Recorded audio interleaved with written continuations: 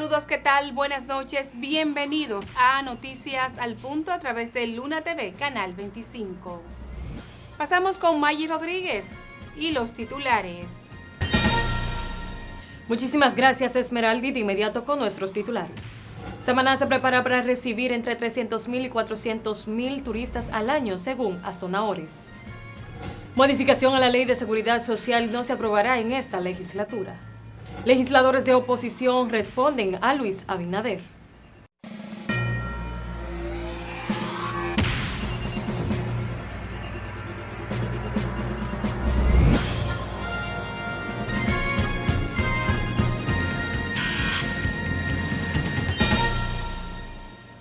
Gracias por estar con nosotros a través de Luna TV, Canal 25.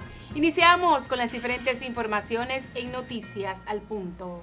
Samaná se prepara para recibir entre 300 y 400.000 turistas al año, según Azonaores.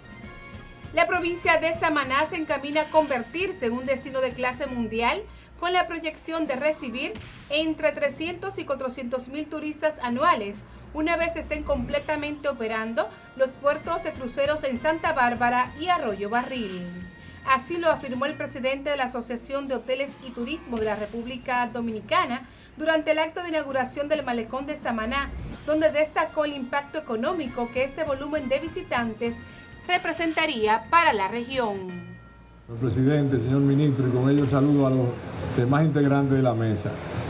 Yo creo que cuando se ha cumplido la palabra y cuando se ha cumplido con una población, eso merece un agradecimiento.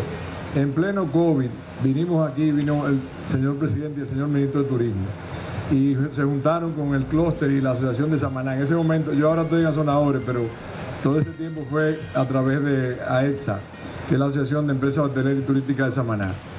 Y nos preguntaron una lista de prioridades de aquí de la provincia.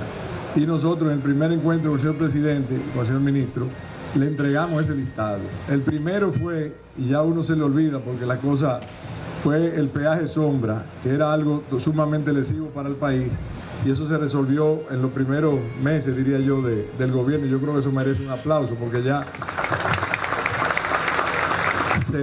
se cerró esa llave que era muy lesiva para el país. Después de eso se inauguró la carretera del Limón, que es de la provincia de Samaná, se inauguró el acueducto de la Terrena, y estaba el compromiso de esta obra, de este malecón, como en otros países le dicen, este paseo marino.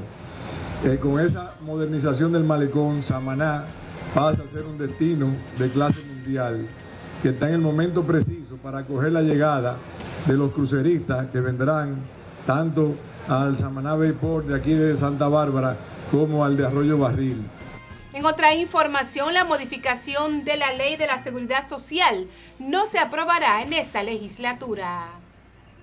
El proyecto que busca modificar la Ley 8703 de Seguridad Social y en que en estos momentos es analizado en una comisión bicameral, no se aprobará en esta legislatura que culmine este próximo 26 de julio. Así lo declaró el presidente de la Cámara de Diputados, Alfredo Pacheco, durante una entrevista. Sin embargo, esto no detendrá el ritmo de trabajo de la comisión a cargo, aseguró su presidente, el diputado del Partido Fuerza del Pueblo, Rafael Castillo, quien subrayó que esta iniciativa será conocida en este año legislativo. El presidente en ese sentido tiene razón, pues en este momento lo que está haciendo la comisión es apenas iniciando los trabajos y estamos programando hacer vistas públicas en las regiones del país. Vamos a iniciar a recibir sectores, ya recibimos al presidente del Consejo, el ministro de Trabajo, y por tal razón sabemos que no va a ser posible ya estar para el final de esta legislatura, pero el deseo de todos los diputados y senadores es que para este año, final de este año, podamos tener una modificación de la ley, y si no es este año, entonces al concluir la segunda legislatura del año, que va a ser en el mes de febrero por ahí. ¿Cuándo tienen previsto iniciar con el proceso de vistas públicas? Usted acaba de decir eso lo vamos a aprobar ahora, en la comisión. Para eso precisamente estamos convocando, para aprobar el calendario en los lugares por donde iniciamos antes que termine la legislatura. Bueno, ya para finalizar, ¿detendrá esto de alguna manera No, al contrario, el entusiasmo no, el trabajo continúa, sabemos que van a haber proyectos priorizados y eso está en el reglamento interno tanto del Senado como de la Cámara. Por tal razón nosotros lo que vamos a hacer es que esté para la otra. Por tal razón el trabajo ahora nos motiva a hacerlo más fuerte. Legisladores de oposición le responden al presidente Luis Abinader cuando él dice que deben estudiar más. Legisladores de la oposición le respondieron enérgicamente a las declaraciones del presidente Luis Abinader, quien sugirió que algunos congresistas deberían estudiar más para evitar pasar vergüenza. Esta afirmación fue percibida por algunos diputados de oposición como una falta de respeto y un intento de desviar la atención de los problemas reales que enfrenta el país. El diputado Félix Michel Rodríguez del partido Fuerza del Pueblo manifestó que los legisladores de su partido no improvisan. Tiene que ser específico y decir quién no sabe las leyes o las resoluciones. Yo creo que el presidente no está claro en lo que es una ley y una resolución. Y tiene que saber que nosotros somos el primer poder del Estado y no estamos improvisando. La fuerza del pueblo no improvisa, sabe en lo que está. Él está hablando, parece que a sus legisladores, porque la fuerza del pueblo no tiene ningún legislador extraditado, por ejemplo, sometido a ningún caso de narcotráfico. No es la fuerza del pueblo, es el PRM. Y nosotros sometimos una resolución que fue rechazada por la Comisión de Hacienda para que sencillamente venga aquí el ministro de Hacienda a explicar qué ha pasado con esa gran cantidad de préstamos que ha tomado el presidente. ¿Qué ha pasado con los 50.000 millones de pesos de Arodón que se lo dieron por adelantado? Y no existen, no se ven. No hay un puente, no hay una carretera, no hay nada, no hay una escuela. No hay nada importante que exhibir con este derroche de préstamos. Entonces, el presidente de la República tiene que enfocarse en él y si tiene alguna queja del Poder Legislativo, que es el primer poder del Estado, tiene que ver en sus filas, no en la fila de la Fuerza del Pueblo. ¿Por qué en sus filas? Porque en la fila del PRM son la mayoría, son los que deciden los préstamos y ahí es que están los cuestionamientos, no en la Fuerza del Pueblo. Mira, yo pienso que la intención del presidente de hacer una rueda de prensa toda la semana para abordar temas del Ejecutivo, como que quizás él no quiere entrar a los temas que tienen que ver con el Estado y se ha diluido en comentarios y en discusiones que son propias de asamblea partidaria. Por lo tanto, el pueblo no quiere oír al presidente en la semanal hablar de los candidatos. El pueblo quiere oír al presidente cómo combatir males, por ejemplo, como el costo de la vida, como la inseguridad, como los apagones, como la falta de atención ciudadana, como el 911, como el sistema de salud, como el sistema de educación, como el caso de Inavíe, de los conatos de corrupción denunciada. El pueblo quiere oír eso. El pueblo no quiere oír si fulano va a ser candidato, si fulano va a hacer esto, porque eso es propio de asamblea partidaria, de determinar exactamente cómo manejan esos temas. Bueno, yo tengo que decirle que en el caso nuestro, nosotros como legislador jugamos nuestro rol. Lo que sí hemos observado es una especie de saturación de parte del Ejecutivo en el Congreso Nacional, aprovechando su mayoría aplastante, introduciendo proyectos de ley y reforma que muchas veces no benefician a la sociedad dominicana y dejan de lado los proyectos que necesariamente beneficiarían a la ciudadanía. Ustedes vieron en un momento determinado cómo se introdujo ante este Congreso de parte del Poder Ejecutivo un proyecto de reforma laboral que en una primera etapa se le estableció al pueblo dominicano y se le dijo que no se tocaría la cesantía y vemos cómo se ha querido jalar los temas por los moños. Vimos cómo en un momento determinado se aprobó a la carrera una reforma constitucional que cerca del 76% de la población no entiende qué se hizo ahí. Se quiso introducir una reforma fiscal que al final fue el pueblo que le dijo que en democracia no se pueden tomar las acciones de manera unilateral y es al propio presidente que vemos de la República haciendo mea culpa y no dándole solución a la sociedad dominicana. Abel Martínez cuestiona los altos precios de los combustibles en el país. El ex candidato presidencial Abel Martínez cuestionó la razón por la cual el gobierno mantiene elevados los precios de los combustibles en el país, a pesar de que el precio internacional del barril de petróleo se mantiene por debajo de los $70. En un video difundido en sus redes sociales, Martínez planteó que muchos ciudadanos se preguntan por qué el precio de la gasolina sigue siendo tan alto, incluso superior al registrado en años de crisis energética mundial. En el año 2008 el petróleo alcanzó los $147 por barril y sin embargo la gasolina en República Dominicana se vendía a precios más bajos que ahora.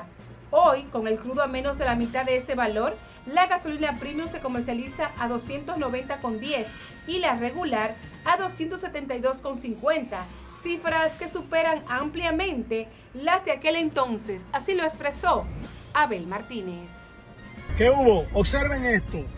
Todos los vehículos en República Dominicana consumiendo combustibles. Y en el 2008 el barril del petróleo estaba a $147 y la gasolina estaba cara y otros combustibles, era lógico. Pero hoy el barril del petróleo está a $62 el barril y la gasolina sigue igual de cara o más. ¿Qué está pasando? Ya ni siquiera hay suspenso los viernes que estábamos atentos a si mantenía el precio o si subía. Se está en otra cosa, se está en La Tora, en Chacabanas. Creo que hay que ponernos en esto. Ojalá algunos economistas se animaran a decirnos cuánto retiene el Estado solo por este concepto. Cuántos miles de millones de pesos que deben ir a beneficio del pueblo. Pongámonos en lo que importa. ¿Por qué la gasolina no baja? No obstante, el barril del petróleo está por el suelo. Una tarea para todos. Ingrid Jorge se disculpa públicamente con el presidente Luis Abinader y acusa a Iván Félix de manipularla. La comunicadora Ingrid Jorge, al publicar un mensaje en su cuenta de Instagram donde ofreció disculpas al presidente de la República, Luis Abinader, por declaraciones previas que, según explica, fueron motivadas por presiones externas. En su publicación, Jorge aseguró que nunca amenazaría ni actuaría en contra del mandatario y explicó que simplemente repitió afirmaciones hechas por Iván Félix, quien según ella le manifestó tener mucho poder y que el presidente le debía un favor. Saludos. Hay algo que debo de confesarles a todos. Muchos lo decían y ciertamente es así. Yo sí fui buscada para que la ley Mordaza fuera aprobada. La persona que me busca fue Iván Félix. Él, a cambio de que se dejara de atacar a Goris, a cambio de que yo lo dejara de atacar a él me busca y me entrega esos videos. Los videos sí son reales. Iván Félix es quien me pide que ataque a Faride con el fin de crear una atmósfera, un contexto ideal para que fuera aprobada la ley Mordaza. Yo quiero pedir disculpas porque sé que le estoy siendo desleal a la comunicación, la libertad de expresión a los colegas. Sencillamente caí porque todos saben que vivo en una situación con mi madre muy vergonzosa y a cambio de yo crear este contexto, me ofreció un cargo importante que me daría por fin la oportunidad de yo salir de debajo de la falda de mi madre, quien, ustedes saben la cosa que yo he pasado, que no tengo que mencionar porque yo he optado por honrar a mi madre. En este momento estoy siendo amenazada y estoy siendo atacada y esta persona que no solamente prometió darme un cargo, sino que también me protegería, me ha dado la espalda. La realidad es que quien me manda a atacar a Faride, quien me da a mí ese video, es el señor Iván Félix, con el único propósito de crear el contexto ideal para la aprobación de la ley Mordaza en contra de la libertad de expresión. Tiempo de irnos a comerciales. En breve regresamos con más en Noticias al Punto.